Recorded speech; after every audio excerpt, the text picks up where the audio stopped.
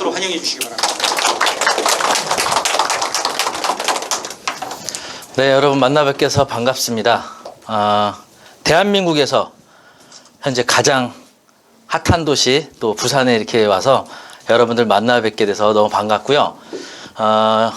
이제 제가 주로 서울 수도권에서 일을 하고 있는데 간혹가다 이제 부산에 이제 업무차 올 때가 있는데요. 그동안 이제 올 때마다 일만 하고 쑥 올라갔는데 이제 여러분들하고 앞으로 계속 만날 수 있게 돼서 외롭지 않게 부산에 올 수 있을 것 같습니다. 어떻게 다음에 또 오면 제가 이렇게 환영해 주실 건가요? 네. 네, 반갑습니다. 네, 반갑습니다. 방금 이제 소개해드린 것처럼요. 오늘 이제 여러분들에게 전해드릴 내용은 2020년 이런 부동산이 돈 된다 해서 지금 이제 내년도 부동산 투자에서 어떤 부분에 좀 중점을 두시는 게 좋을지 좀 소개를 해드릴 거예요. 제 소개해드리면 이제 방금 우리 교수님께서 세종사이버대학교 부동산 학과 학부장님이세요. 조덕훈 교수님. 그리고 이제 저는 학교 부설되어 있는 평생교육원에서 경매과정 강의하고 있는 책임 교수고요. 혹시 여러분들 중에 제가 운영하고 있는 네이버 카페 가입돼 있으신 분 계신가요? 손 들어주시면. 네, 많이 와주셨네요. 반갑습니다, 여러분. 제가 낯설지 않으시죠? 이제 카페에 이제 자주 또 와주시면은 제가 이제 경매나 부동산 정보 계속 올려드릴 거고요. 또 제가 운영하고 있는 유튜브 있으니까 여러분 좋아요, 구독도 많이 해주시면 감사하겠습니다. 오늘 또 약 한 30-40여 분의 구독자 또 늘어날 거로 기대하겠습니다, 여러분. 현재 그리고 기타 이제 서울에 있는 이제 문화센터에서 강의도 하고 있고요. 또 현재 이제 건대에서 석사과정에 있고, 제가 이제 이제 이런 이론적인 이제 학문뿐만이 아니고요. 실무를 10년 넘게 하면서 경매 컨설팅업을 주업으로 하고 있어요. 그래서 고객분들이 의뢰해 주시면 권리 분석하고 낙찰받고 안에 사는 사람 내보내는 이제 이런 일들을 이제 오랫동안 해오다 보니까 500건 정도 이제 낙찰을 받았어요. 이제 물론 제가 개인 투자하는 것도 있고 고객분들 이제 주로 많이 제가 이제 컨설팅을 해드렸죠. 그래서 뭐 아파트 상가, 공장, 토지 이런 다양한 물건들을 좀 해서 아마 여러분들께 1시간 20분이 지루하지 않게 재밌게 전달을 해드릴 수 있을 것 같습니다. 만약에 들으시다가 너무 재미없으시면은 이렇게 서서 들으셔도 됩니다. 네. 재밌으시면 그대로 앉아서 들으셔도 되고요. 아마 이제 2019년도는 우리나라 부동산 시장에서 아마 2017년도부터라고 할 수 있을 것 같아요. 우리나라 부동산에 정말 큰 역사를 만든 해였죠. 17년도, 18년도, 특히 올해. 물론 이제 부산 부동산은 이제 막 좀 불씨가 땡겨졌다고 할 수가 있는데 서울을 중심으로 수도권 쪽은 2017년도부터 엄청난 이 변화가 있었거든요. 그런 소식도 좀 전해드리고 여러분들께 부산에 있는 몇 가지 이제 물건도 좀 소개해드리겠습니다. 이제 보통 근로소득을 하시거나 사업소득 하시는 분들 열심히 일하셔서 생활비 쓰시고 또 이제 저축하시고 그렇죠? 이렇게 해서 여기 보이시는 것처럼 10억이라는 돈을 모으시려면 얼마나 걸리실 것 같아요? 우리 뭐 한 1, 2년이면 이런 거 다 모으잖아요. 1, 2년이면 이 정도 모으죠. 못 모아요? 일반인들에게 되게 어려운 일이죠, 이게. 그렇죠? 웬만한 근로소득이나 사업소득 가지고 이런 어떻게 보면 뭐 크면 크고 작으면 작겠지만 일반 우리 이제 뭐 서민들에게 있어서는 굉장히 큰 돈인데 서울 부동산 시장은요 정말 엄청난 변화가 있었던 그런 시기였어요. 2년 만에 10억이 오른 경매 낙찰 사례가 있어서 그걸 좀 소개해 드릴게요. 여기 지도에 보시는 곳이 여기 어디냐면 이쪽이 이제 대치동이고요. 이 아래쪽이 도곡동이라 그래요. 뭐 여러분 이쪽 이제 다 연고가 있거나 하시면 아실 텐데 여기가 우리나라에서 혹시 뭘로 유명한지 아세요? 이 동네가? 맞습니다. 우리나라에 물론 이제 부산이나 뭐 대구나 이런 도시에서도 아주 유명한 또 알아주는 학군들이 있겠지만 어쨌든 서울의 이제 3대 학군이라고 하면 첫 번째가 바로 대치동이죠. 그리고 두 번째가 이제 목동이고, 그 다음 세 번째는 잠시 후에 소개해 드릴게요. 그래서 이제 아파트 값도 비싼 편이죠. 여기가 굉장히 비싼 편이고 많이 올랐고요, 그동안. 이제 분당선 한 지역을 앞으로 해서 여기 이제 아파트들도 좀 있는데요. 경매로 여기 이제 레미안 도우 카운티라고 길가 따라서 이렇게 일렬로 서 있는 아파트 단지가 있어요. 레미안 도우 카운티라는 아파트거든요. 여기가 이제 학군이나 학원가나 이런 것들이 굉장히 잘 되어 있어요. 경매로 여기 이제 보이시는 것처럼 여기 이제 이쪽 대로변에서 아파트를 찍은 거거든요. 36평 17층이 경매로 나왔어요. 매각기일이 2017년도 11월 22일이었거든요. 지금으로부터 약 2년 전이죠. 여러분 타임머신을 탄다 그러면은 멀리 가실 필요가 없습니다. 멀리 가실 필요가 없어요. 한 2년 전으로만 돌아가도 그런 기회를 굉장히 좋은 기회를 잡으실 수도 있는데 2017년도 11월 달이면은 이제 뭐 서울뿐만이 아니고 이제 아무래도 이제 전국적으로 부동산의 특히 아파트 시장이 어떤 분위기였는지 혹시 아실까요? 2017년도 11월 달이면 좋았던 시기 같아요? 좀 안 좋았던 시기 같아요? 2017년도에 아주 큰 이슈가 하나 있었어요. 뭐였는지 혹시? 여러분 우리가 부산에 살고 있지만 시야를 넓혀서 서울이나 이런 데 관심을 좀 가져야 돼요. 이게 여파가 이쪽으로 오는 거니까. 그죠? 2017년도에 서울 쪽에 주택 가격이 너무 오르다 보니까 8월 2일 날 파리 대책이라는 걸 발표했어요. 이게 현 정부의 가장 고강도 정책의 시작이었습니다. 파리 대책이. 그래서 8월 2일 날 파리 대책 발표되고 나서 거의 주택 거래가 절벽 현상이 생겼어요. 그래서 중개업소에서 어떤 농담이 있었냐면 파리 대책 발표되고 나서 파리 날린다 그랬어요. 안 웃으시네요. 이거 다른 데서 먹히는데 부산에서 안 먹히네요. 그만큼 손님들이 거래를 안 해요. 이게 파리 대책이 워낙 고강도 규제였거든요. 대출에 대한 거, 각종 재개발, 재건축에 관한 규제 이런 것들이 심해지다 보니까 거래가 이제 절벽 현상이 나타났죠. 이럴 때 경매 시장으로 가시게 되면 이전보다 경쟁률이나 낙찰가가 낮게 낙찰이 되는 거죠. 이 이전만 해도요. 보통 서울에 인기 있는 아파트들은 경쟁률이 보통 한 3, 40명씩 들어옵니다. 아파트 한 물건에. 그래갖고 낙찰가가 매우 높이 되죠. 그런데 이런 식으로 고강도 규제가 발표되고 나면 한 두세 달 동안은 굉장히 위축이 돼요. 지금도 그런 현상이 나타나고 있거든요. 왠지 아시죠? 지금. 왜 그러죠? 얼마 전에 무슨 일이 있었죠? 그쵸. 12, 16. 여러분. 세상이 어떻게 돌아가는지 우리가 알아야 될 거 아니에요. 관심을 갖고 부동산의 정책이나 이런 걸 여러분 항상 깨어 있으셔야 됩니다. 그래서 이때 굉장히 잠잠하던 시기였어요. 감정가가 14억이었는데 당시 시세는 16억 5천이었습니다. 물론 여기도 지금 이제 해운대 쪽에 우동이나 자동 쪽에도 고가 아파트들이 많죠.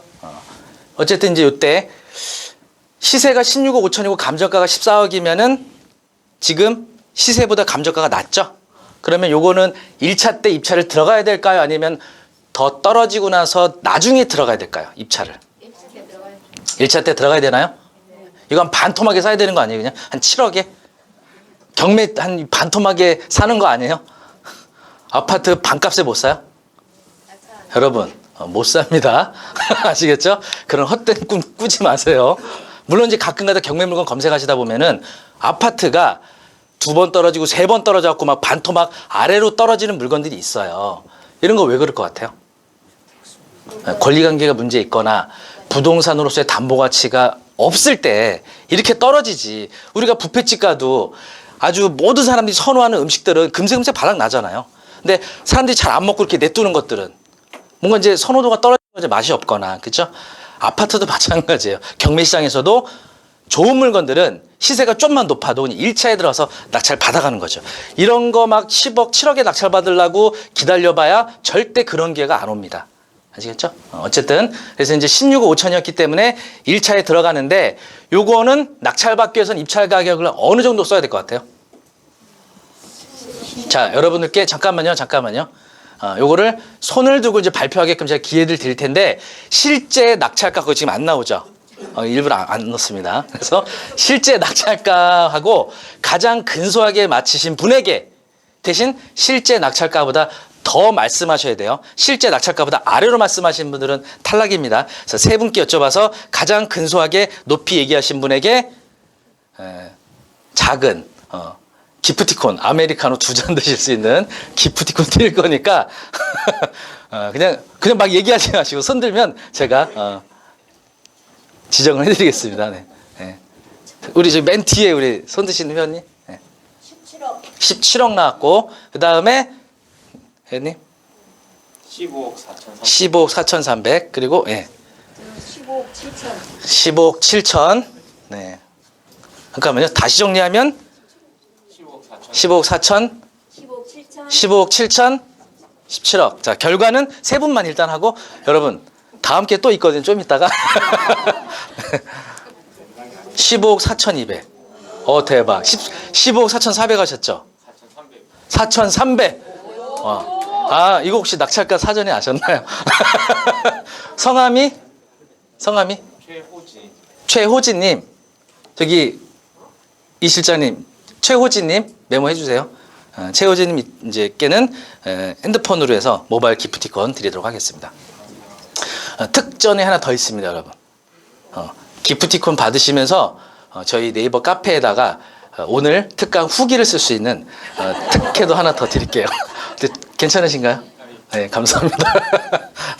15억 4천이 됐어요. 9명 들어와가지고 다행히 이제 뭐 아랫사람들 이렇게 얼마 차이 안 났는데 이제 경매하시다 보면 그런데 여러분 중에 혹시 입찰 법원 가서 이렇게 입찰 있으셨어요?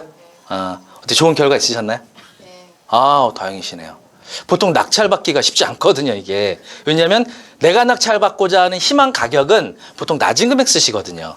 여러 사람 경합하게 됐을 때. 그래서 낙찰이 좀 어려운 경우가 있는데 어떻게 좋은 경험을 하셨는데 하시다 보면은 어떤 경우는 떨어지는 경우도 있지만 낙찰이 되는데 2등하고 큰 차이로 이렇게 차이가 많이 나가지고 이렇게 낙찰되는 경우 있어요. 그러면 돼야 안 돼요? 낙찰 받았는데 막 2등하고 2천만 원, 3천만 원 차이 나면 그럼 돼야 안 돼요? 상관없습니다, 여러분. 제 경험자로서 2등하고 아슬아슬하게 낙찰 받으면 성공하는 거고 차이 많이 나면 실패하는 투자 아니잖아요.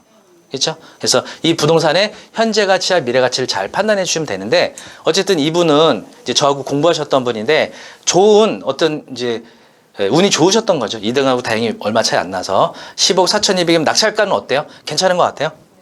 잘 받은 것 같아요? 만약에 파리대책 전이었으면은 훨씬 높은 경쟁률에 낙찰가가 더 높았을 거예요. 어쨌든 강남에 있는 최고 입지에 있는 아파트를 1억 정도 싸게 사셨죠. 그런데 15억 4,200에 낙찰받고 현재는 얼마 정도 할 것 같아요? 현재 시세 36평. 지금 시세는 24억 정도 하고 있더라고요. 네이버 부동산 기준에서 2년 만에. 지금 강남이 이렇습니다. 강남이 전반적으로 그래요. 그래서 이제 현재 부동산 시장의 이제 뉴스들을 제가 좀 스크랩을 했는데 이렇게 지금 끊임없이 오르고 있는 아파트 가격 이런 뉴스들이 계속 나오고 있죠. 부산도 뭐 여러분 뭐 체감하시겠지만 아파트 값이 지금 최근 들어서 어때요? 지금 부동산 분위기는 부산에 여러분이 느끼실 정도로 좀 핫해졌나요? 네. 매물이 좀 들어가고 있는 상황이에요. 일부 지역들만. 이게 원래 서울에서도 그런 현상이 되게 뚜렷하게 나타났거든요. 서울이라고 다 오르는 게 아니에요. 특정 지역들만 오르거든요. 왜냐? 지금 보유세에 대한 부담이 굉장히 커졌거든요. 그래서 여러 개를 갖고 가는 게 아니라 정말 괜찮은 거 하나 갖고 보유세 1년에 몇백만 원, 몇천만 원씩 내면서 버티는 거예요. 어차피 더 오를 거니까. 그런 현상들이 아마 부산에도 이어지지 않을까 싶은 생각이 들어요. 여기 보시면 그래프에 아파트 매매 가격 지수를 2013년도 거부터 제가 좀 표기를 해드렸는데 보시면 여기 있죠. 요 기점으로 뭔가 큰 변화들이 생기죠. 여기가 언제냐면은 여기가 2017년도 12월 4일이더라고요. 이게 아까 말씀드렸던 것처럼 파리대책 발표 이후 그렇죠? 파리 대책 발표 이후에 뭔가 큰 변화들이 생겨요. 그런데 보시면은 여기를 기점으로 가장 큰 폭의 하락을 보이는 곳이 있습니다. 여기가 어디냐면 어딜 것 같아요? 네, 울산이고 그 다음이 여기가 네, 부산이었습니다. 그리고 여기 파란색 이렇게 그렇죠? 파리 대책 이후에도 뭐 이렇게 파도 타듯이 울렁울렁 거렸는데 최종적으로 계속 상승을 보였죠? 이 파란색은 예, 서울이었고요. 그리고 요거 특이하죠? 이렇게 가다 갑자기 최근 들어서 급상승한 지역이 있죠. 네, 대전입니다. 대전 이렇게. 그리고 요거는 전국의 매매가 아파트 상승률 상위 10개 단지를 표기한 건데 2019년도 올 한 해 보시면 지금 앞에 이쪽에 현대아파트 삼익빛이 여기 아시죠? 여기 쭉 있는데 지역을 체크를 해보니까 1, 2위가 대전이고요. 그리고 3위가 부산 삼익빛이 그리고 대전, 광명, 대전 상위 10개 단지 중 3개 단지를 뺀 7개 단지는 대전이었습니다. 올 한 해는 거의 대전의 아파트 시장이었다고 해도 과언이 아니죠. 가장 큰 상승폭을 보였던 아파트가 바로 여기 현대아파트였어요. 올 1월에 24평 1억 8천 하던 이 현대아파트가 현재 기준에서 2억 8천입니다. 뭐 서울에 비하면 네, 이렇게 상승폭이 크지 않지만 그 기존 가격 대비 1년 동안의 상승률로는 최고로 많이 이제 오른 거죠. 대전이. 그리고 여러분들 중에 혹시 제가 유튜브에 올린 적이 있는데 희망 임대 리츠라는 거 들어보셨나요? 네, 아시는 분 아시죠? 이게 희망 임대 리츠에서 하우스 푸어를 대상으로 매입한 주택들이에요. 이걸 이제 요번에 매각을 하게 됐는데 주로 이제 서울 수도권에 많이 몰려 있었는데 그래서 지방에도 이제 아파트들이 좀 있었거든요. 이거는 법원 경매처럼 최고가 방식이 아니고요. 청약처럼 추첨 방식이에요. 입찰 넣어놓고 무작위로 추첨해서 한 명의 소유자가 나타나는 거거든요. 그런데 경쟁률이 상위 10개 단지 중 경쟁률 9군데 지역이 서울이었는데 1위 500명이 넘게 나온 아파트가 있었는데 거기가 바로 대전이었어요. 대전이 굉장히 핫했던 한 해였죠. 그런데 바로 지난달 11월 달 상황이 바뀝니다. 전국 아파트 매매 가격 상승률 11월 지난 한 달 보시면은 부산으로 다 바뀌네요. 네. 대전이 밀리고 부산이 치고 올라갑니다. 여러분 얼마나 좋은 곳에 살고 계세요. 그렇죠? 그냥 좋은데 찍어서 투자하시면 그죠? 가격이 많이 이제 오르는 특히 이제 삼익빛이가 그랬죠. 여기 아시죠? 삼익빛이. 그래서 제가 10월 달에 왜냐하면은 부산이 어느 때가 기점이었죠? 10월 6일이었죠? 그날 조정대상 지역에서 해제시켰잖아요. 그러면서 이렇게 반전될 수 있나요? 여러분들 중에 혹시 조정대상 지역 해제되고 나면 이렇게 변화가 올 것이라고 예상하신 분 계세요? 못하셨어요? 예상하셨어요? 아마 이 정도 예상하시는 분들은 공부를 그동안 많이 하고 계셨을 거예요. 그렇죠? 지금도 부산이 어떻게 돌아가는지 모르시는 분이 혹시 계시면은 지금이라도 부산 부동산 시장이 어떻게 움직이고 있는지 좀 주의를 기울이셔야 돼요. 29평이 시세가 6억 정도 했었더라고요. 실거래가 기준에서. 지금 네이버 부동산에 보니까 8억 정도 하더라고요. 29평이. 삼익비치가. 그리고 경매 있었던 거 아시죠? 경매. 12월 5일이었어요. 43평. 감정가 5억 9,100만 원. 싸요, 안 싸요? 싸죠?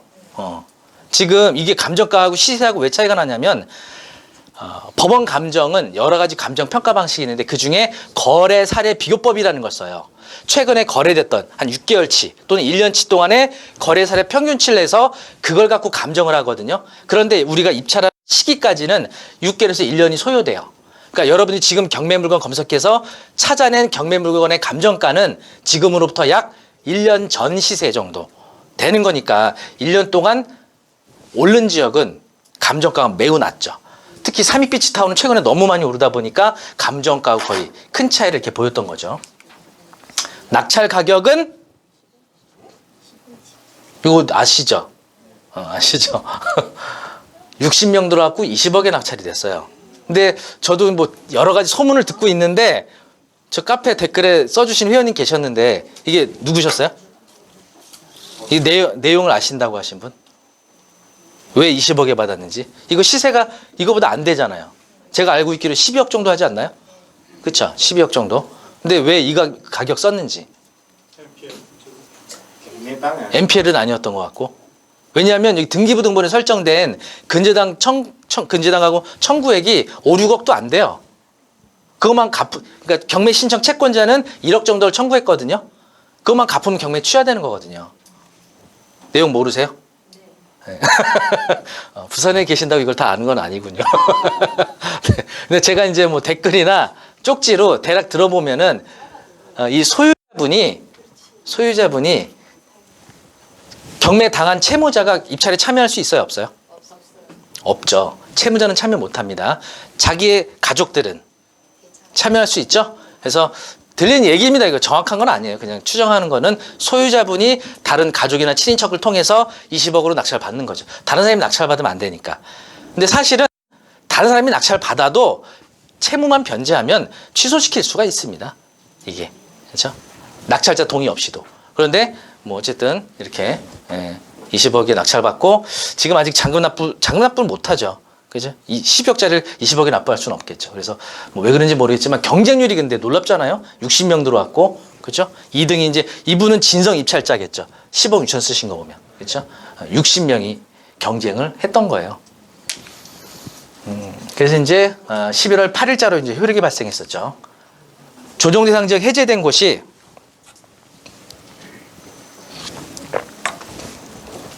고양시가 있었고요. 고양시는 이제 여러분 아시겠지만 일산이 속해 있는 도시죠. 남양주시. 남양주시의 대표적인 도시가 혹시 어딘지 아세요? 여러분 들으신 데 중에 남양주 중 그죠? 최근에 신도시가 된 이제 다산 신도시도 남양주에 속하고요. 또 예전 신도시였던 별내 신도시. 그렇죠? 이런 데들이 이제 남양주에 속했었죠. 그런 데가 이제 해제되는데 다산 신도시 쪽은 이제 해제가 안 됐었고, 그 다음에 부산이죠. 동래구, 수영구, 해운대구 조정 대상 지역에서 해제됩니다. 조정 대상 지역으로 묶이게 되면 규제들이 많죠. 해제가 되면 그런 건 없어진다는 얘기죠. 그래서 그거를 제가 좀 표기해 드렸어요. 조정 대상 지역에 관한 사항은 주택법 시행규칙에 나오는 거고요. 첫 번째, 지정하는 그 기준은 직전으로부터 소급해서 3개월간 해당 지역 주택가격 상승률이 해당 지역 물가 상승률 1.3배를 초과하는 지역. 그리고 청약 경쟁률이 5대1 초과하거나 국민주택 규모 85제곱미터 이하죠. 청약 경쟁률 10대 1을 초과한 지역에 지정하게 되죠. 그리고 분양권 전매 거래량 그죠? 30% 이상 증가하고 자가주택 비율이 전국 평균 이하인 지역을 조정 대상 지역으로 지정을 했던 거죠. 부산도. 조정 대상 지역이 해제되면 어떤 혜택이 있냐면 그동안 여러분 다주택자들이 양도하실 때 양도소득세에 대한 중과를 내셔야 됐는데 그게 이제 배제되고 또 장특공도 적용받게 되는 거죠. 그리고 그동안 대출 규제가 있으셨잖아요. 기존에 주택을 갖고 계시는데 부산에서 조정대상 지역 그 지정됐던 곳에 추가로 구입하시면 대출이 돼요, 안 돼요? 기존에 주택 갖고 계시는데 신규 추가 구입하실 땐 대출이 안 됐죠. 이제는 되는 거예요. 그렇죠? 그러니까 여러분 아파트를 어떻게 많이 사야 돼요? 많이 사면 안 돼요? 알아서 하세요. 제 말 듣고 뭐 샀다고 안 된다고 또 욕하시면 안 되니까. 대출에서 이제 자유로워진다는 얘기죠. 그리고 규제 지역이 지정된 곳에서는 비과세 받기 위해서는 1세대 1주택자가 비과세 받기 위해서는 거주를 해야 되잖아요. 근데 그 요건이 해당이 안 되죠. 그죠? 거주 안 하셔도 비과세 받으실 수 있고요. 그리고 일시적 2주택자가 종전주택을 1년 이내 처분해야 되는데 3년 이내 처분으로 이제 바뀌게 되는 거죠. 이게 원래 2년이었는데 바뀌었습니다. 그렇죠? 12, 16대 1년 이내로. 그리고 분양권 전매. 양도세가 무조건 50%였는데 이제 기간에 따라 그죠? 차등 적용되는 부분이 되고요. 그리고 종부세 추가가세 되는 부분도 이것도 이제 벗어나게 되고. 그리고 장기 임대사업자 등록하시게 되면 종부세 합산 배제, 양도세 중과 배제 됐었는데 이제는 혜택이 되시죠. 조동상 지역이 해제되시면 자 2020년도에 여러분 아파트 가격이 어떻게 될까요? 여러분들 한번 의견을 여쭤볼게요. 2020년도에도 아파트 가격이 오른다고 생각하시는 분 계세요? 손 들어 보시면 그냥 제가 여론 여쭤보는 겁니다. 뭐 이게 뭐 잘됐다 잘못됐다 안 따집니다. 아, 오른다 많지 않으시네요. 그러면 올해하고 내년하고 비슷한 이런 상승폭을 보일 것 같다. 보합세 참. 보합세 네 좀 계시고 올해보다 내년이 하락할 것 같다. 비슷하시네요. 지금 이제 의견은 부산에 대한 의견이시죠. 그러면 서울은 어떨 것 같아요? 서울은 오르고 부산은 보합이나 하락으로 갈 수도 있고 지금 이제 막 오르기 시작했는데 네. 힘드네요 이게 그렇죠? 자 데이터 이따가 제가 서울하고 전국하고 부산 인구 유입수 미분양 물량 요거 데이터 제가 해놓은 게 있거든요. 같이 그때 보시고 일단은 부동산 시장이 앞으로 어떻게 움직일지는 이런 것들이 영향을 줘요. 저금리. 지금 금리가 굉장히 낮잖아요. 은행에다 여러분이 예금을 예치하시게 되면은 예금 금리 몇 프로죠? 1%대죠. 그렇죠? 1억 넣으면 얼마 나와요? 15억 넣으면 얼마 나오죠? 이건 빨리 계산 못 하시네요. 네, 어쨌든 얼마 안 나와요 이게. 그러니까 은행에다 돈 넣으면 까진단 말이에요. 물가 상승률보다 낮으니까. 그러니까 다 돈 빼갖고 투자해야 되는데 가장 안전자산인 부동산으로 몰리게 되는 거죠 이게. 그렇죠? 저금리 영향이 좀 크고요. 그 다음에 저금리로 인해서 말씀드린 것처럼 현금이 엄청 시중에 넘쳐납니다. 지금 이따가 이제 소개도 하나 해드리겠지만 12월 16일자로 발표된 주택 안정화 대책에서 15억 초과되는 투기과열지구, 부산은 상관없죠. 해제됐으니까 투기과열지구를 말하는 거거든요. 서울은 이제 25개구 전체가 투기과열지구니까 15억 초과 아파트는 대출이 전면금지되죠. 근데 아파트 가격이 떨어질 거냐 이런 문제인데 예를 들어서 20억짜리 아파트를 현금으로 구입하는 사람이 있을 것 같아요, 없을 것 같아요? 엄청 많다는 거. 그게 문제예요. 왜냐? 은행에 있던 예금을 다 꺼내갖고 아파트 투자해야 되니까 그런 분들이 너무 많은 거예요, 이게. 그렇죠? 그 다음에 우리가 심리적으로 어떤 희망, 기대 심리 가지고 움직이는 것보다는 공포심, 두려움에 움직일 가능성이 더 많습니다. 무서우면 움직이거든요. 근데 어떤 희망을 보고 움직일 때는 약간 사람들이 뜸들여요. 근데 뉴스에서 계속 부동산 가격이 오른다 하면 불안해지잖아요. 그래서 더 사게 되거든요. 누구도 샀는데 아파트 가격이 얼마 올랐대. 뭐 우리 옆집이 얼마 올랐대. 이런 얘기를 자꾸 뉴스나 주변 사람한테 들으시니까 움직이게 되고 나도 사고 이 사람도 사고 그러면 이제 오르게 되는 거죠. 이런 건 복합적으로. 그래서 내년에도 어쨌든 이런 이제 거시경제가 지금 좋지 않은 상황이기 때문에 금리를 올리기가 힘들 거로 봐요. 금리를 올리기가 힘들기 때문에 이런 저금리 기조가 내년까지 이어지게 되면 아마 정부에서 고강도 규제가 있다 하더라도 올해와 큰 차이 없는 그렇죠? 그런 시장의 현상이 나타나지 않을까 예상을 해보는데 전문가들도 이렇게 예상을 하고 있습니다. 수도권으로 분산된 시그널을 주지 못하면 우상향할 가능성이 높다. 이렇게 고준석 겸임 교수님 이분이 이제 아마 저기 신한은행 PB 계셨던 분이세요. 그리고 내년에도 강보합 유지될 것이다. 서울과 지방 간 부동산 양극화는 심화될 것이다. 부동산 학회 회장님 이렇게 얘기해 주셨고요. 그리고 함영진 데이터 랩장은 상승세가 꺾이지 않는 선에서 강보합이 유지될 가능성이 높다. 그죠? 서울은 매도자유 시장이 내년에도 이어질 것 같다. 대부분 전문가들이 내년도 상승으로 많이 이제 보고 있죠. 특히 서울 쪽으로는. 자, 그러면 2020년도에 어디에 투자해야 성공하실 수 있는지. 근데 이제 대부분 투자하시는 분들이 내가 잘 아는 곳, 나하고 익숙한 곳을 대부분 바라보시거든요. 그런데 사실 우리나라가 이렇게 세계 국가에 비해서 면적이 좁잖아요. 그래서 여러분들이 공부는 조금 더 하시고 관심만 가지시면 투자 가능성 있는 여러 도시들을 여러분들이 알아내는데 그렇게 어렵지가 않으세요. 특히 이제 제가 운영하고 있는 네이버 카페에 오시면 아무래도 이제 제가 연고가 회사나 거주지가 서울이다 보니까 이제 서울하고 수도권 쪽에 소식을 이제 많이 전달을 해드리니까 서울 쪽에 또 수도권 쪽에 관심을 두려고 하시는 분들은 저희 네이버 카페 오시면 최신 소식이나 경매 물건 정보를 계속 최신으로 받으실 수 있으니까 그죠? 계속 와서 이제 물건 이렇게 봐주시면 많은 도움이 좀 되실 것 같아요. 일단은 여기서부터는 여러분 제 개인적인 주관적인 부분이 좀 반영되는 거니까 그거 좀 감안해서 들어주셔야 됩니다. 알겠죠? 싱숭맹숭하게 맨 뻔한 얘기하면 재미없잖아요.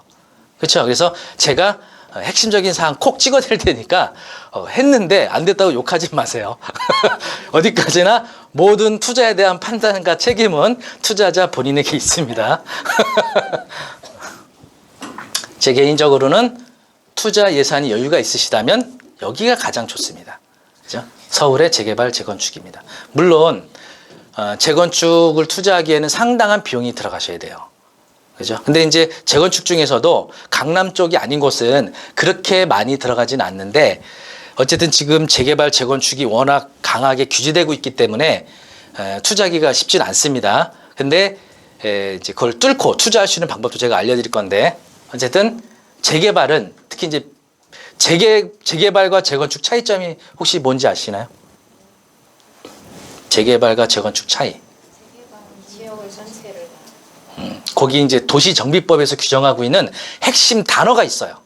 재개발과 재건축을 달리 규정하는 핵심 단어. 네, 요거는 우리 세종사이버대학교 부동산학과 오시면 배우실 수가 있습니다. 그럼 승질내시죠. 그래서 말씀 간단하게 드리면 바로 기반시설입니다. 기반시설.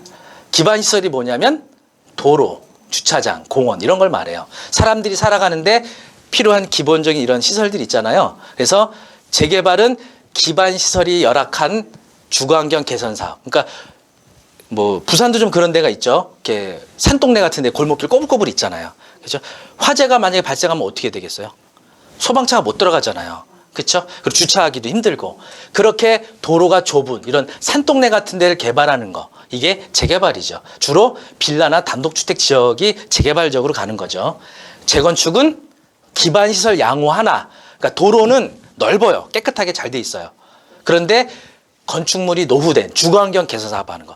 기반시설이 열악하냐 양호하냐 현재. 그렇죠?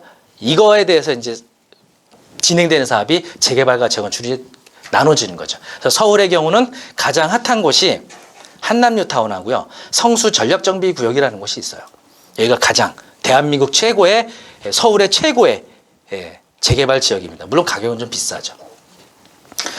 이제 한강 조망권이 나온 곳에다가 서울 중심권에 있는데 좀 특이한 거는 강북에 있다는 거예요. 이게 강남에 있는 재개발이 아니라 강북에 한강을 접하고 있기 때문에 전형적으로 남산을 뒤로 하고 한강을 내려다보고 있는 배산임수로 볼 수가 있겠죠. 여기 보통 빌라가 방 3개짜리 그러니까 전용 면적이 한 15평 정도 되는 방 3개짜리 20년 넘은 30년 된 빌라가 얼마냐면 아니 20억 원 내고요. 보통 집은 평당 한 1억 정도 해요. 그래서 지분이 한 10평 정도 내외 되거든요. 그런 빌라들이. 그러면 10억에서 한 12억 정도. 한남뉴타운하고 성수 전략정비구역죠. 근데 문제는 여기 임대료가 되게 낮아요. 임대료가 1억에서 2억밖에 안 합니다. 그러니까 내가 거기다가 거의 10억 가까이를 묻어두고 그러고도 10년이 지나야 돼요. 그래서 좀 상당히 부담스러워서 웬만한 이제 투자하시는 분은 좀 어렵죠. 하지만 서울 쪽에서도 비교적 저렴하게 투자할 수 있는 재개발 빌라들이 있을 수 있거든요. 여러분이 카페에 오셔서 계속 정기적으로 보시면 저희가 타이틀에다 넣어드려요. 서울 무슨 동 재개발 투자 빌라 이런 것들. 이런 것들은 한 5억 아래에서 매매가가 한 3억에서 5억 정도 되는 그렇죠? 이런 건 이제 투자하실 수 있는 빌라들이 있을 수 있는데 어쨌든 이렇게 하시면 가장 좀 좋은 투자라고 좀 생각이 들고요. 이제 재개발이나 재건축 같은 경우는 노후된 거잖아요. 건축물이. 그러니까 임대료가 낮아요. 그래서 전세를 통한 갭 투자하기에는 굉장한 부담감이 생기는 거죠. 그래서 이거에 부담을 느끼신다면 그 다음은 서울 아파트, 일반 아파트들 있죠. 이런 데들은 매매가와 전세가 차이가 크지 않으니까 좀 그리 많지 않은 금액으로 투자가 가능해질 수 있는 거죠. 물론 부산도 좋은 지역들이 많이 있는데 어쨌든 요걸 한번 고려해 보시면 향후 계속 안전하게 투자하시는데 가능하지 않을까 싶어요. 왜 서울을 강조드리냐면 이따 데이터를 다 보여드릴게요. 이건 뭐 의심의 여지가 없으니까. 대신 서울은 투기과열지구거든요. 그래서 주의하셔야 될 사항이 있습니다. 일단 투기과열지구는 서울 25개구 전 지역에 해당되고요. 그리고 경기도에서는 과천, 분당, 광명, 하남. 여기가 이제 투기과열지구죠. 그리고 대구, 수성과 세종시 투기 과열지구에 해당이 됩니다. 투기 과열지구가 이제 지정이 되면요, 일단은 아까 조정 대상 지역하고 동일한 이제 사항이 적용이 되죠. 양도소득세가 이제 중과가 되고요, 장특공이 적용이 받지 못하고 주택담보대출이 규제됩니다. 그래서 12, 16대 발표됐던 15억 초과 아파트는 전면 금지되는 거죠. 그렇죠? 그래서 저기 서울에 12, 16 발표 전에는요, 강남 3구 쪽에 15억짜리든 20억짜리든 경매가 나오면 경쟁률이 보통 한 20명, 30명 이상 경쟁률이 나오죠. LTV가 40%는 되거든요. 그렇게 경쟁률 나오던 것이 12월 16일 대책 발표된 이후에 강남권에 아파트가 3건이 있었거든요. 근데 경쟁률이 확실히 떨어지고 낙찰가도 확실히 떨어지더라고요. 예를 들어서 뭐 저기 서초동에 여러분 뭐 아시는 아파트실 수도 있는데 삼풍이 60평이 경매로 나왔어요. 평수도 좀 크죠. 거기에 이제 감정가가 한 25억 정도 나온 거예요. 실제 시세는 30억이 넘는 아파트거든요. 그런데 예전 같았으면은 거기 이제 워낙 위치가 좋아서 경쟁률이 한 20명 가까이 나와서 높은 금액이 될 건데 딱 한 명이 들어와서 한 몇 천만 원 안 써서 갖고 가더라고요. 시세보다 한 4억, 5억 싸게. 예. 지금 이런 현상들이 서울에서 나타나고 있어요. 왜냐? 대출이 안 되기 때문에 26억에 낙찰받으면 현금으로 26억 내는 거예요. 그런 분이 들어가신 거예요. 그래서 이제 또 9억 초과 아파트 LTV 제한이 되고 있어서 9억 이하분은 40%가 나오죠. 그러니까 9억짜리면은 94, 36, 3억천이 대출 나오고요. 만약에 9억 초과분, 9억 초과 15 이하는 9억 이하분에 대한 40%, 9억 초과분에 대해서는 20%. 무슨 말인지 아시죠? 이따가 대출표도 하나 제가 다시 보여드릴게요. 그 다음에 뭐냐? 재개발, 재건축, 조합원지 승계가 금지됩니다. 부산은 상관없잖아요. 재개발, 재건축 아무거나. 삼익비치타운 지금 여러분이 매매나 경매를 구입하시면 조합원지 승계돼야 안 돼요. 되잖아요. 부산은 아무 상관없죠. 근데 서울에서는 투자하실 때 조합원지 승계 여부를 잘 확인하고 매입하거나 낙찰 받으셔야 돼요. 근데 그 매매로 사시면은 중개해주는 중개사분이 다 설명해 주시죠. 이게 조합원이 승계된다 안 된다. 근데 경매의 경우에는 여러분들이 스스로 권리분석하고 스스로 하시게 되잖아요. 만약에 조합원지 승계 안 되는데 낙찰 받으면 어떻게 되죠? 현금 청산 받죠. 그러면 좋아요 안 좋아요? 망하는 거죠? 낙찰 받은 가격보다 아주 낮은 금액으로 현금 받는 거니까 까지는 장사하고 있는 거죠. 그러면 안 되죠. 자, 그러면 다시 여기서 정리하면, 그래도 여기가 우리가 여러분 부동산 특강 왔지만 뭐 하나 좀 배워가야 되는 게 있어야 되잖아요. 그죠? 뭐 법이라도 하나 배워가야 되잖아요. 도시정비법 제 37조에 보시면은 39조에 투기과열지구 내에서, 이거는 투기과열지구 내에서만 해당되는 거예요. 재개발과 재건축에 대한 조합원지 승계 금지 규정이 있어요. 자, 재개발과 재건축의 금지 그 시점이 다르거든요. 재건축은 언제 이후에 취득하면 안 되죠? 재건축은 여기 세종사이버대학교 부동산학과 오시면 배울 수 있습니다. 어떻게 지금 말씀드려야 되나요? 학교 오시면 알려드릴까요? 학교 안 오실 거 아니에요, 그러면. 도시정비법 39조에 의하면 재건축은 조합 설립 인가 후, 재개발은 관리처분 인가 후. 여러분 한번 따라해 보실래요? 조사관. 조사관. 뭔지 아시죠? 네. 재건축의 큰 줄기 3가지예요. 조합 설립인가, 사업 시행인가, 관리처분인가. 이게 순서대로 가는 거잖아요. 그렇죠? 그래서 조합 설립인가 후는 재건축은 조합원지 승계 안 돼요. 그리고 재개발은 관리처분 인가 후에 조합원지 승계 안 되고. 그러니까 여러분들이 낙찰 받으려고 하는 재건축, 재개발 물건들 입찰하실 때 이 절차가 어디까지 진행됐는지 확인하고 입찰하셔야 되는 거죠. 그런데 예외조항이라는 게 항상 있죠. 그 예외조항 중에 바로 뭐가 있느냐? 1세대 1주택자가 10년 보유했고 5년 거주했다면 예외적으로 조합원이 승계되는 겁니다. 그래서 부동산에 가서, 서울 부동산에 가서 재개발, 재건축, 매매로 사실 때는 이런 것들을 구입하시는 거예요. 예외조항. 근데 이런 물건들이 많을 것 같아요? 많지 않을 것 같아요? 많지 않죠. 거기 10년 보유했고 5년 거주한 분들이 얼마나 되겠어요? 많지 않죠. 그렇죠? 그런데 경매로 나와도 여러분들이 조합원지를 승계할 수 있습니다. 경매로 취득해도. 아시겠죠? 경매로 취득하시게 되면 도시정비법 시행령 37조에 보시면 경매로 취득하시면 재개발, 재건축 어느 단계에 상관없이 조합원지 승계하는 겁니다. 경매로 사시면. 좋아요, 안 좋아요? 좋죠? 네, 무조건 돼요, 안 돼요? 느낌에, 여러분 느낌에 무조건 승계될 것 같아요, 안 될 것 같아요? 만약에 이게 재건축인데 조합 설립인가 지났어요. 근데 이거를 팔려고 내놓으면 살 사람이 있겠어요, 없겠어요? 팔고 싶은데 못 팔잖아요. 자기가 10년 보유 5년 거주 안 했으면 다주택이거나. 그렇죠? 근데 이거를 경매라는 절차를 통해서 넘길 수 있어요, 없어요? 넘기려고 하겠죠. 짜고서 둘이. 이 사람이 나를 경매 내게 하잖아요. 은행에서 경매 내면 나 신불되지만 개인이 나한테 경매 내는 건 내 신용등급에 아무 영향을 안 주잖아요. 둘이 짜가지고 공증 같은 거 해가지고 강제경매 넣으면 된단 말이에요. 그래갖고 경매 절차를 통해서 짜고서 이 사람한테 조합원지 승계시키면 어떻게 되겠어요? 그 법이 조합원 승계 금지 규정이 있으나만 하겠죠. 그래서 거기 단서가 붙어요. 경매로 낙찰받으시되 금융기관의 채무를 이행하지 못해서 나오는 경매에 한하고 있습니다. 아시겠죠?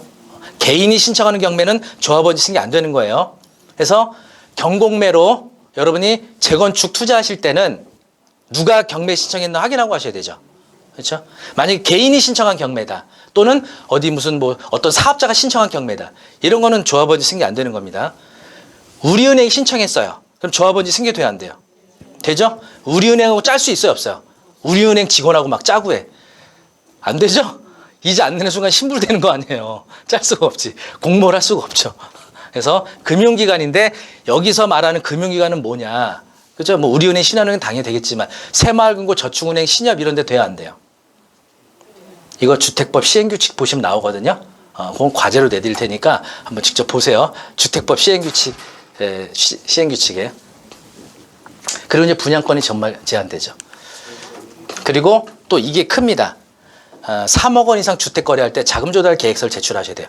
여러분들 부산에서 주택 거래 하실 때 자금 조달 계획서 제출하세요, 안 하세요?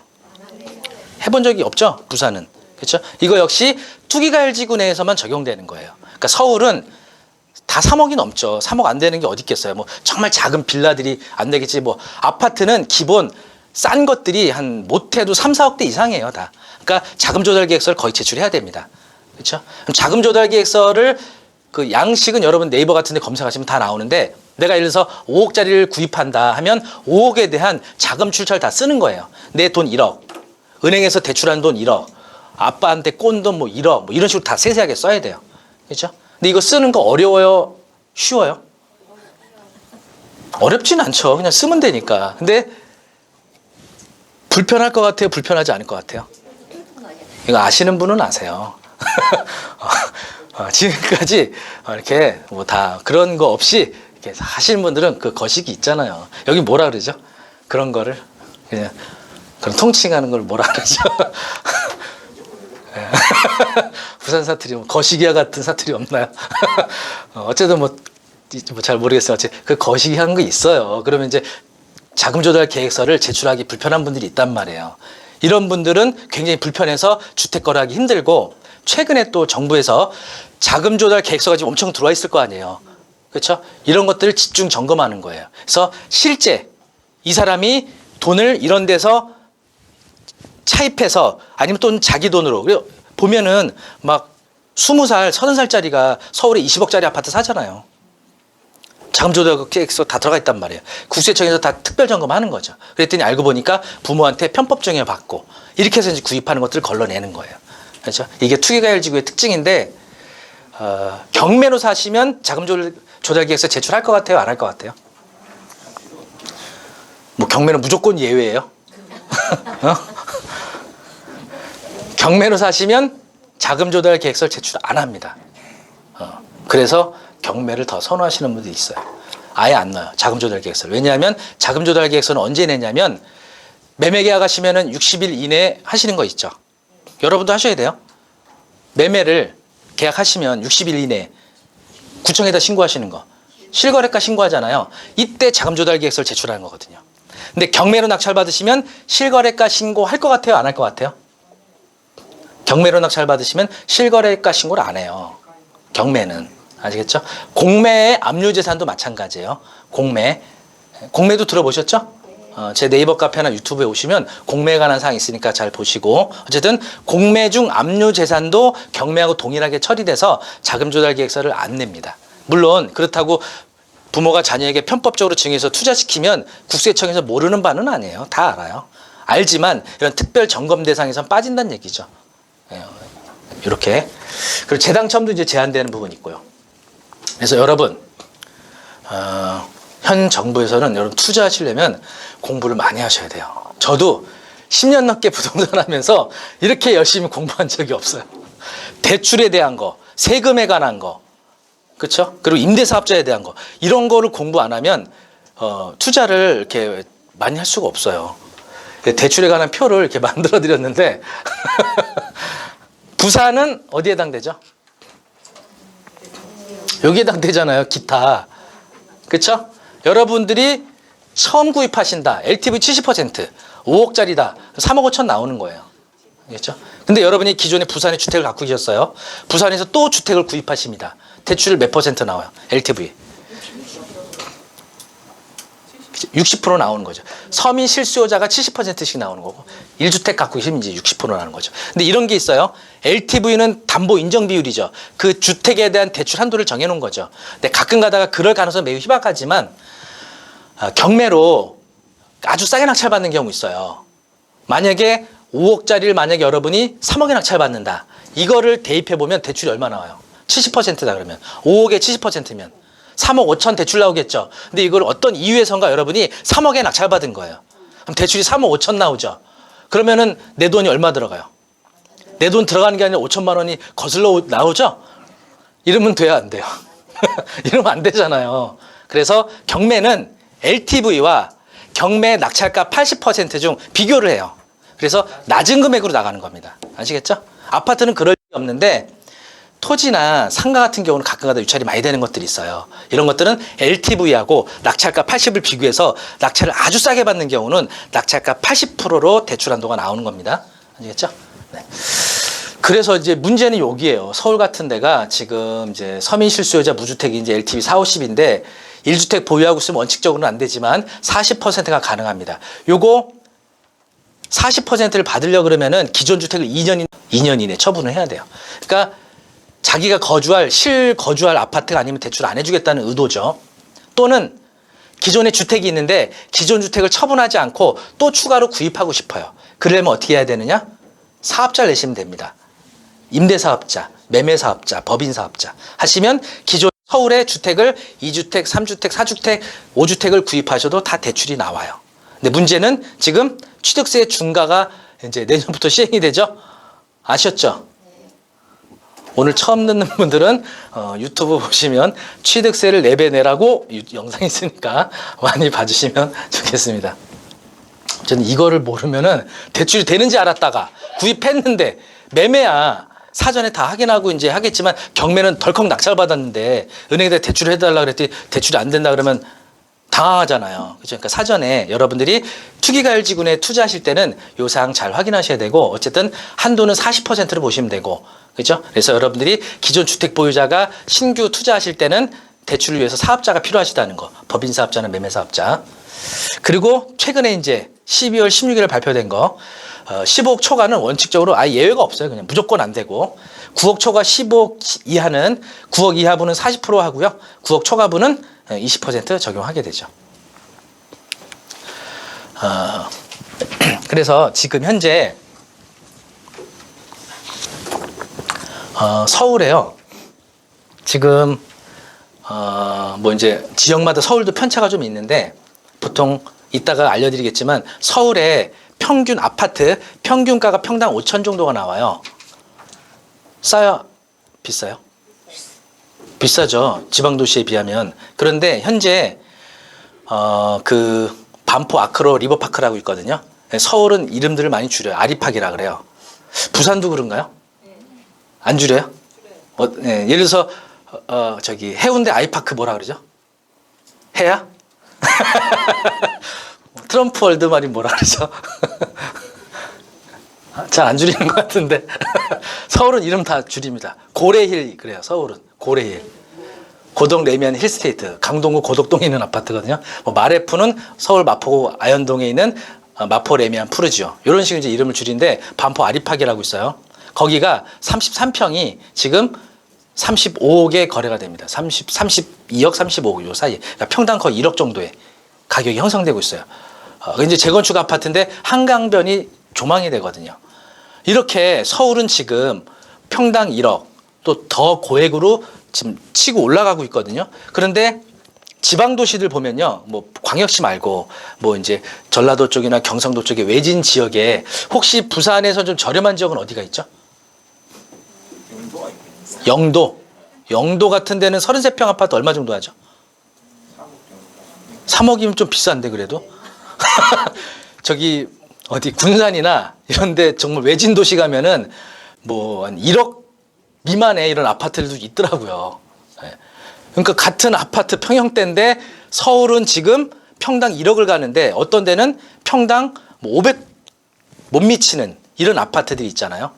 이렇게 같은 대한민국 내에서 중심도시와 지방도시 간의 격차는요, 우리나라만 그런 게 아니고요, 전 세계적인 현상이에요. 보시면 1위가 이제 홍콩이에요. 그래서 평당 1억 600만 원 나오고요. 2위가 런던이고 평당 6,500만 원, 싱가포르이 평당 6,100만 원, 서울이 7위 나오더라고요.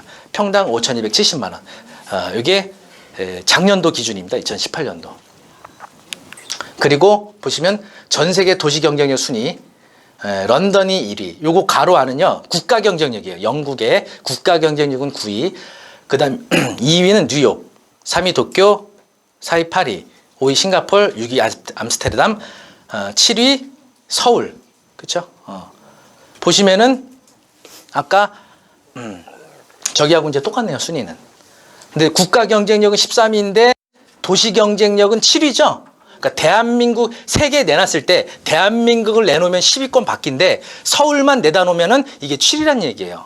그러니까 대한민국 전체 평균에서 아주 월등한 입지라는 거죠, 서울이. 이게 그러다 보니까 가격이 오르는데 한몫하는 것도 있는 거죠. 그래서 어떤 분들, 서울에 있는 분들도 그런 생각을 많이 해요. 왜 이렇게 비싸냐, 이 비정상이다, 반포 아리팍이 평당 1억씩 가는 게 비정상이다라고 얘기를 하는데, 서울의 그런 도시 경쟁력이 지금 홍콩이나 시드니, 베를린보다 더 상위예요, 서울의 도시 경쟁력이. 그렇죠? 그래서 뭐 물론 이제 최근 들어서 너무 많이 급작스럽게 오르긴 했지만 이런 것들이 세계에 내놨을 때 그렇게 딸리는 도시가 아니다라는 거죠, 서울이라는 도시가.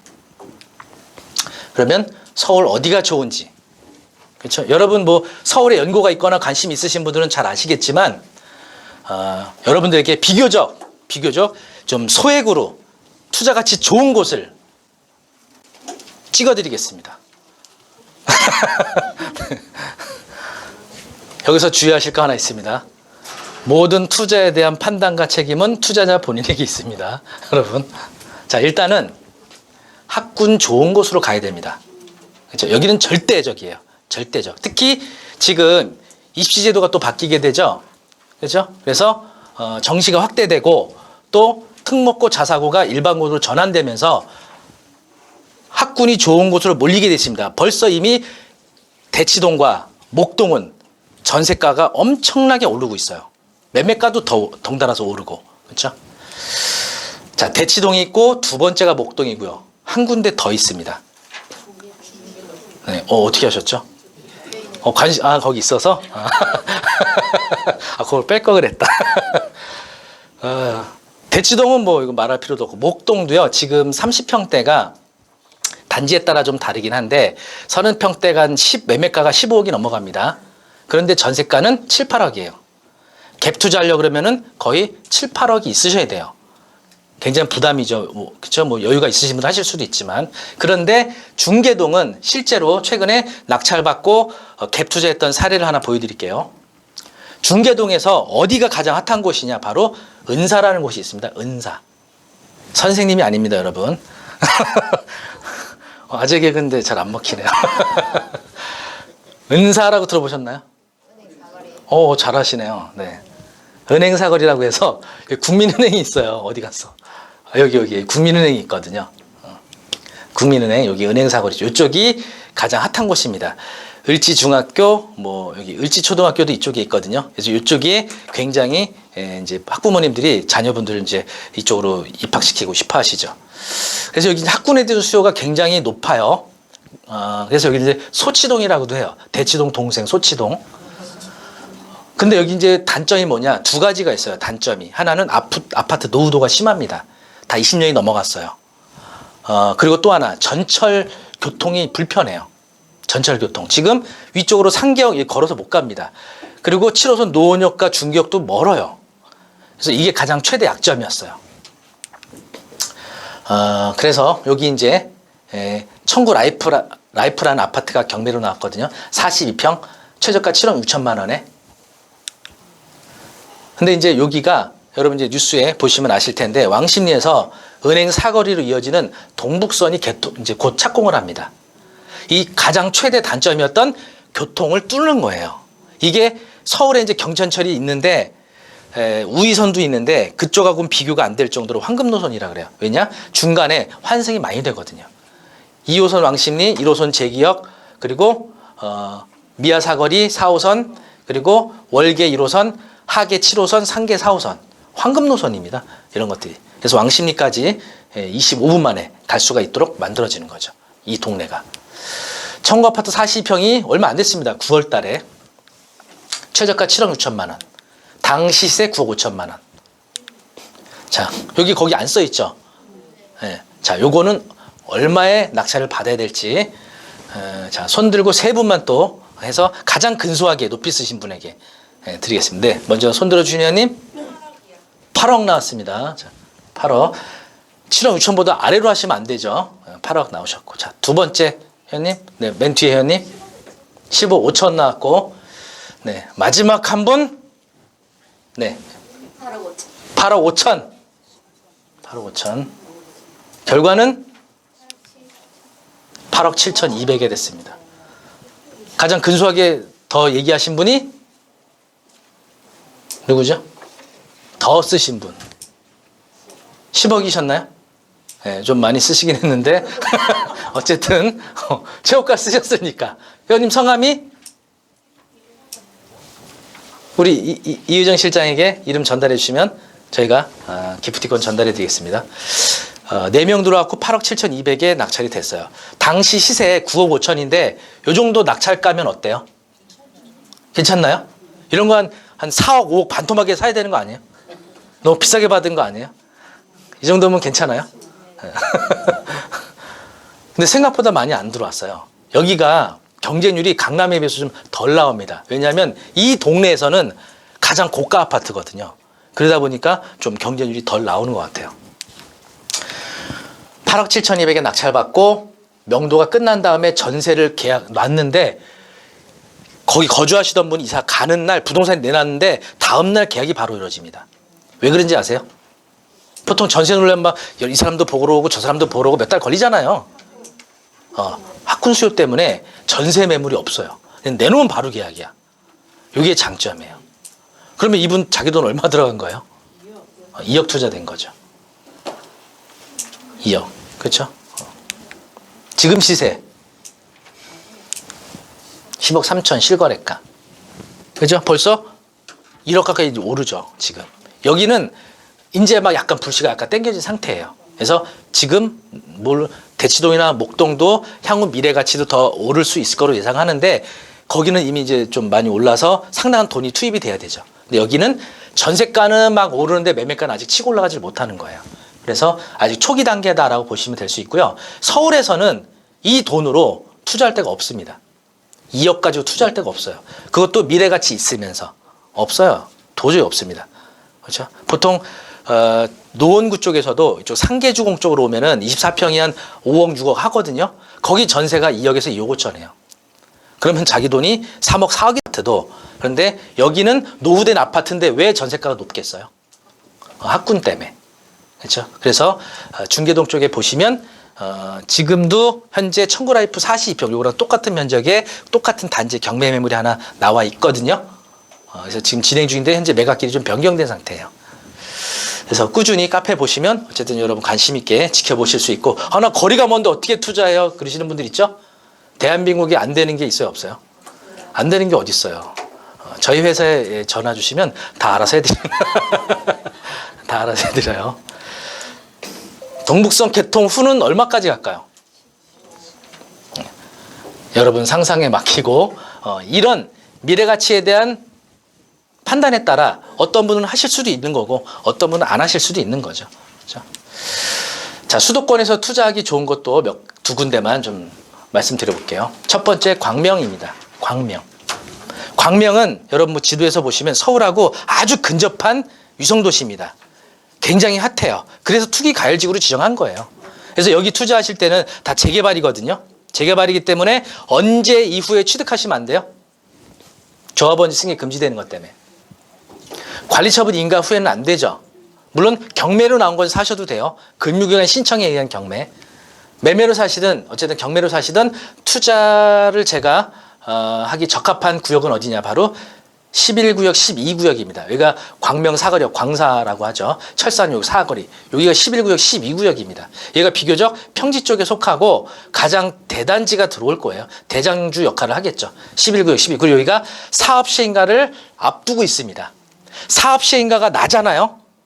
가격이 훅 올라갑니다. 알겠죠? 그래서 다른 곳들은 이미 이주하거나 철거하는 단지들도 있어요. 이런 데 투자하실 수가 없죠. 그래서 사업시행가 재개발해서 조합 설립이 인가전에 투자하시면은 싸게는 사는데 굉장히 오래 기다려야 돼요. 조합 설립 안 돼가지고 서울 재개발 빌라 투자했다가 굉장히 애먹는 분들이 많은데, 조금 다소 높은 가격에 사시더라도 조합 설립 인가 후 사업 시인가 전에 들어가는 시점이 비교적 짧은 시간 내에 성과를 내실 수 있다는 거죠. 가격은 좀 주셔야죠. 그래도 그만큼. 그래서 여기 같은 경우는 뭐 빌라들이 보통 얼마 전에 이제 뭐 감정가가 나왔다고 하는데 한 빌라가 한 4억 전후, 전세는 한 1억 5천, 2억 정도, 한 2억에서 2억 5천 정도 투자 예산으로 하실 수가 있겠죠. 여기. 그 다음에 요거보다 좀 더 적은 비용으로 투자하실 수도권, 바로 능곡 뉴타운입니다. 능곡 뉴타운이라고 혹시 들어보셨나요? 생소하시죠? 들어본 분들도 아마 계실 거고, 여기 대곡역이라고 있거든요. 대곡역. 여기가 현재 경의선이 지나가는 역이에요. 대곡역 지금 가시면 허허벌판이에요. 논밭. 그 옆에 있는 능곡 뉴타운이라고 있거든요. 여기가 왜 좋냐면 여기 가시면은 막 노후된 아파트들, 아주 시골 동네 같아요. 현재 느낌은. 그리고 요 주변은 다 논밭입니다. 근데 앞으로 어떻게 되느냐? GTX-A가 대곡역으로 오게 되고요. 그리고 대곡 역세권이 대규모로 개발됩니다. 이 논밭이 다. 그리고 대곡 소사선이 2021년도에 개통을 합니다. 그리고 최근에 조정대상 지역에서 해제됐기 때문에 대출, 세제, 각종 이런 규제들이 다 없어지는 거죠. 그래서 얼마 전에 여기 능곡 저기 어디죠? 여기 5구역하고 6구역하고 2구역 그 사이에 현대홈타운이라는 아파트 경매 나온 게 있었는데 경쟁률이 30명 나오더라고요. 30명. 확실히 빨라요. 이게 사람들이 움직이시는 게 뭐 해제되자마자 뭐 괜찮다, 어떻게 알고들 와서 투자를 하시더라고요. 이렇게. 이건 이제 존치구역이고요. 2구역, 6구역, 1구역, 5구역. 여기가 이제 현재 대곡역이고 여기가 이제 능곡역입니다. 경의선. 그래서 1구역, 2구역, 3구역, 5구역, 6구역 세대 구역별로 이렇게 해놨으니까 대부분 이제 1구역은 이제 안 되죠. 이건 일반 분양 신청을 하시면 되는데 이미 1순위는 마감이 되는데 52대 1이에요. 2구역 사업시행가 신청 중이죠. 이거 다 사업시행가 신청 중이에요. 지금 투자 시점에 딱 적합하죠. 그래서 한 매매가가 한 2억 중후반에서 3억 사이 이 정도 매물들이 있고요. 전세가는 1억에서 1억 5천 정도. 나머지 갭이 있으시면 투자하실 수 있는, 조금 광명보다는 조금 이제 낮은 금액으로 투자하실 수 있는 그런 지역으로 볼 수 있겠습니다. 이렇게 바뀌게 되고요. 이쪽에 대곡 역세권이 대규모로 개발이 되겠죠. 자, 부산을 한번 보겠습니다. 부산. 여러분이 부산에 계시니까 한번 여쭤보면 부산 투자하면 좋을 것 같다고 생각하시는 분 뭐예요? 왜 그래? 고향을 사랑하지 않아 왜? 부산보다 서울이 더 좋을 것 같다 생각하시는 분 있어요? 아, 좀 더 계시네요. 네. 그래서 일단은 이렇게 제가 데이터를 준비했는데 전국하고 부산하고 서울하고 좀 비교를 해봤어요. 인구수 변화. 보시면은 여기 전국 인구수 변화입니다. 우리나라가 계속 상승률을 보이다가 2017년부터 이제 정체를 보이고 있습니다. 이게 증감률인데, 그렇죠? 증감률은 점점 좀 떨어지고 있죠. 자, 서울 보시면요, 서울은 급격하게 떨어지고 있습니다. 그죠? 인구수가 부산도 많이 하락하고 있죠. 인구수가. 서울 인구수가 주는데 아파트가 앞으로 오를까요? 내릴까요? 인구수가 적어지면 내릴 거라고 생각하시는 분들이 있거든요. 인구수가 주니까 아파트가 막 남아돌 거 아니에요. 인구가 주는데. 그죠? 근데 이런 문제가 있습니다. 세대수 변화가 생겨요. 전국적으로 세대수는 증가합니다. 전국적으로도. 왜냐? 이제 나홀로 세대가 많아지는 거예요, 이게. 서울은 지금 세대수가 엄청나게 증가하고 있습니다. 인구는 주는데 세대수가 늘어요. 그러면 결국은 집이 더 필요해지는 상황이 오는 거죠. 부산도 세대수가 서울만큼은 아닌데 다소 증가세를 약간씩 보이고 있는 상황이죠, 지금. 그 다음에 수요량과 입주량을 보시면 전국적으로는 파란색이 입주량입니다. 공급 물량. 그렇죠? 이렇게. 수요량은 이렇게 꾸준한데 2018년도에 최고치를 찍다가 점점점 줄어들게 돼 있습니다. 왜냐? 정부에서 자꾸 규제하니까 사람들이 심리가 위축돼서 건설사에서 물량을 이제 줄이겠죠, 앞으로.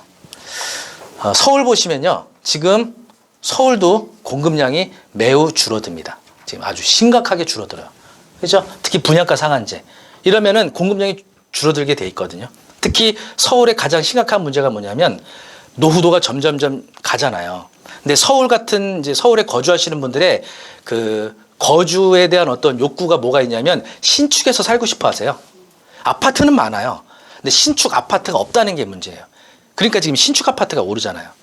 재개발, 재건축을 해야 공급을 늘리는데 주변 위성도시에다가 신도시를 만들어도 거기 인기가 없어요. 오로지 서울 안에 신축이 들어와야 되거든요. 가장 대규모 신도시가 마곡하고 고덕지구거든요. 근데 고덕에 엄청난 물량이 쏟아지게 되면서 다 절망적으로 봤어요. 이제 고덕 망했다. 그런데 지금 반대 현상이에요. 고덕에 24평짜리 아파트가 지금 12억, 13억을 넘고 있습니다. 24평짜리가. 왜? 서울에 지금 신축이 없다 보니까. 이런 것들이 다 그런 현상들을 보이는 거죠. 부산은 근데 그 정도는 아니에요, 지금. 공급 물량이 현격하게 내려가지는 않더라고요. 그 다음에 미분양 보시면 전국 미분양 물량 수고요. 서울 같은 경우는 어때요, 지금? 미분양이 없죠. 미분양이 될 리가 없죠.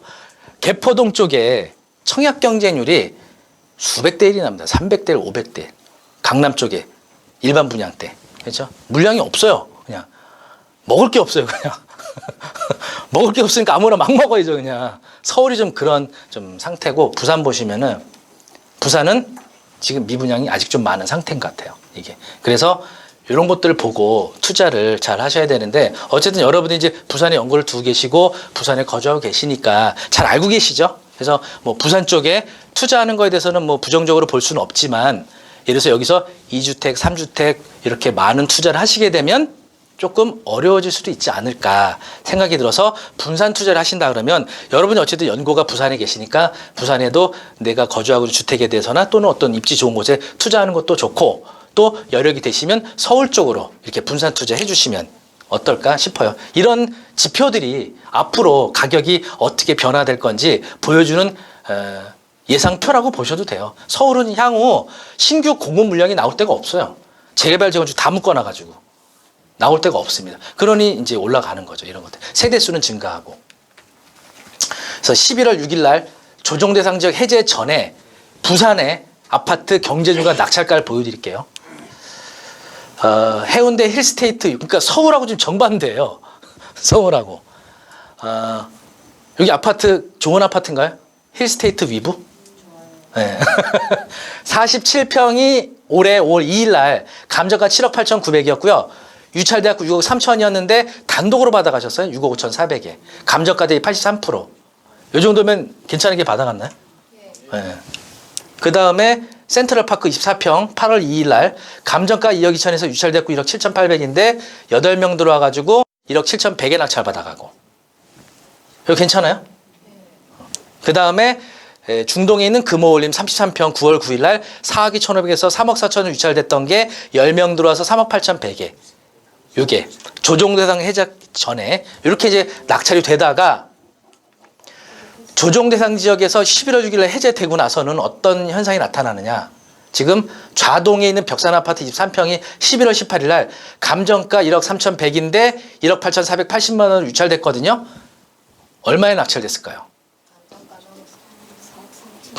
자, 마지막입니다. 이제 퀴즈 마지막 세 분 기회를 드리겠습니다. 네, 회원님. 1억 2,500. 2억 2,500. 2억 2,500. 다. 두 분 더. 네, 회원님. 2억 나왔고, 네, 회원님. 아까 2억 3,100 넘기신 분이 계셨나요?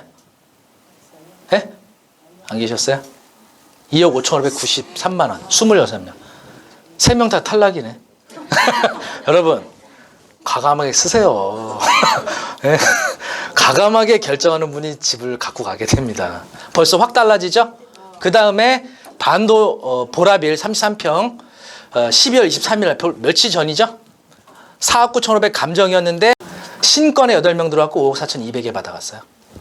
그 다음에 56도 SK뷰 남구 용현동 12월 5일 날 감정가 3억 8,500에서 3억 800으로 유찰됐던 게 26명 들어왔고 3억 7,800에 이렇게 조정대상 지역 해제 전과 해제 후가 완전히 확연하게 시장 판도가 바뀌었습니다. 경매는요, 일반 부동산 시장을 약간 선행하는 지수가 돼요.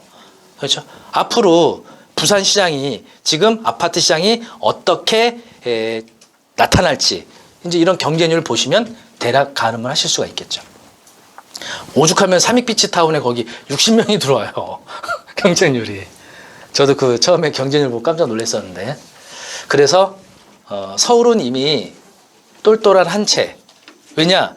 지금 조정대상 지역에서 해제됐죠. 이거 안심하시면 안 돼요. 다시 또 여기 물가 상승률을 초과하는 주택가격 상승률이 나타나면 다시 지정이 될 수도 있습니다. 그런데 해제됐다고 막 부산에 다주택을 보유하고 계시다가는 그죠? 여러 가지 세부담에 시달리실 수 있거든요. 그래서 신중하게 판단하셔야 돼서 제 생각에는 부산도 정말 입지 좋은, 그죠? 투자 가치 좋은 이런 똘똘한 한 채로 가시고 또 다른 지역, 이왕이면 서울 쪽에 분산 투자로 가시면 그죠? 안전하지 않을까 생각이 듭니다. 부산 현재 진행 중인 경매 물건 좀 두 건을 추천을 해드리면 재송동에 있는 더샵 센터파크 1층 50평 14층 이게 1월 14일이에요. 감정가 7억 6,100에서 유찰대학교 6억 800인데 현재 네이버 부동산에 올라온 매물 보니까 9억 8천 정도 하더라고요. 요 단지 어때요? 괜찮은 단지예요? 지금 최저가와 현재 내놓은 호가 기준에서 거의 3억 8천 차이가 나고 있습니다. 물론 뭐 최저가에 낙찰받을지 못하겠지만 그래도 뭐 어느 정도는 싸게 낙찰을 받을 수 있지 않을까 싶어서 요거 좀 말씀드렸고요. 그 다음에 좌동에 있는 대동타운 32평 요거 이제 1층이에요. 1월 14일 같은 날이네요. 감정가 3억 5천에서 유찰대학교 2억 8,560만 원. 요것도 네이버 부동산 시세 보니까 3억 8천 정도 하고 전세는 2억 7천 정도 하더라고요. 이렇게. 요건 어때요? 대동타운? 이건 별로예요? 네. 알겠습니다. 그러면 우리 함께 더샵 센터파크 입찰하는 거로 우리 여기 경쟁률 50명 나오겠는데요. 이거는 샀다 팔아도 양도소득세 중과 없잖아요. 기존에 주택 갖고 계신데도. 요때 하셔야지. 나중에 조정대상 지역 되면 결국 또 중과세에 맞게 되면. 그렇죠? 그리고 이제 여러분들 제가 이제 카페에다 공지해드렸지만 태인 경매 아시죠? 이게 원래 2달치가 약 한 15만 원 상당 돼요. 그래서 요거를 오실 때 다 방명록 작성해 주셨죠? 만약에 방명록 작성 안 해주신 분은 나가실 때 이름과 핸드폰 번호를 꼭 남겨주셔야 됩니다. 그래서 저희가 요 자료를 가지고 태인경매 회원가입하신 후에 저희 네이버 카페 그 공지 글에 태인 경매 아이디와 여러분 이름을 올려주시면 저희가 승인 절차 거쳐서 문자가 가실 거예요. 그러면 태인 경매를 전국을 2개월 동안 무료로 보실 수 있도록 해드렸으니까 여러분 많은 참여해 주시면 바라겠고요. 예. 워렌 버핏이 이런 말 했습니다. 나는 내가 부자가 될 것을 알았다. 한순간도 의심하지 않았다. 네, 여러분 박철호의 경매 아카데미 카페하고 유튜브 박철호의 경매 TV 많이 성원해 주시면 감사하겠습니다. 혹시 여러분